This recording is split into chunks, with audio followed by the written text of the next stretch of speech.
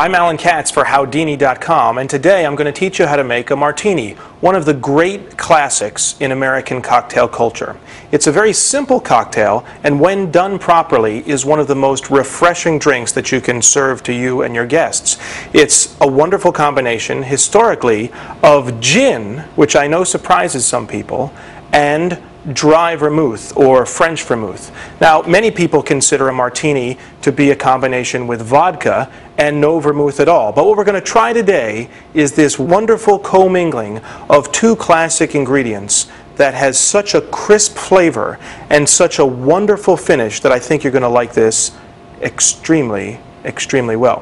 What we're going to start with is some of the essential bar tools. Mixing glasses, of course, a bar spoon, and several measuring tools called jiggers. The wonderful thing about preparing a home bar is all of these tools can be purchased for $25, $30 at most at a restaurant supply store, at a local liquor store, or even at some specialty food stores that now have cocktail ingredients. It's quite a lot of fun.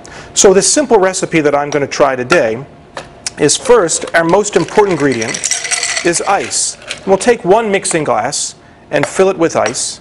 And in our second glass, we'll combine our ingredients. First, the gin. And of course, ingredients are paramount in a good cocktail. And what you want to start with is a softer gin. Now, gins come in a wide variety, from very fragrant and profound with a juniper perfume and flavor, and you can try that as well. But it's a fun thing to experiment to see how the variations in a simple cocktail, again, just two ingredients, can change by changing the gin. So I've got 2½ parts of gin, and I'm going to do about half a part of dry vermouth. Now, I know what you're thinking. What am I doing with all this vermouth? Now, I'll be honest. One, I'm a big fan of vermouth. It has a wonderful fruity flavor. Vermouth is simply an aromatized wine. And really, a great martini is not a martini without vermouth. The idea of waving it over the glass, rinsing the glass with it and throwing it over your shoulder, it's another cocktail altogether. And if you've never had it, get over that fear and try it with dry vermouth. And as you can see, all I'm going to do is stir the cocktail. I know it's a lot of fun to shake a great cocktail, but for the martini, the idea is just to get it exceedingly cold and a little bit diluted as well. Of course, we're just using two spirits, and so we want to bring down that alcohol content by diluting the ice, adding a little bit of water into the cocktail.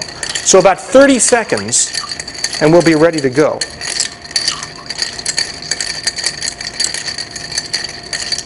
Now, once I've stirred the martini, I'm going to prepare my glass. And again, with just a little bit of ice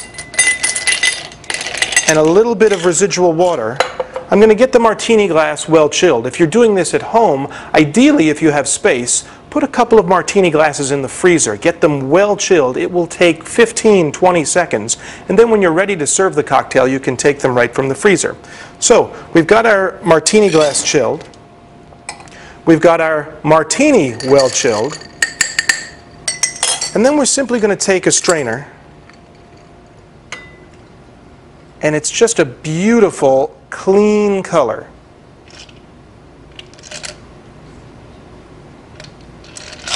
And even that fragrance of a little bit of vermouth, the gin is not too overpowering, is a wonderful combination. And to finish it, there are several varieties that you can try. One is an olive, of course. I prefer a little bit of a lemon twist, and I just use a simple vegetable peeler to take a twist. You're just going to squeeze gently. If the lemon is fresh, you get some of those essential oils right in over the cocktail, perhaps just taking it to the rim a little bit, and there you have a wonderful classic martini. I'm Alan Katz for Howdini.com.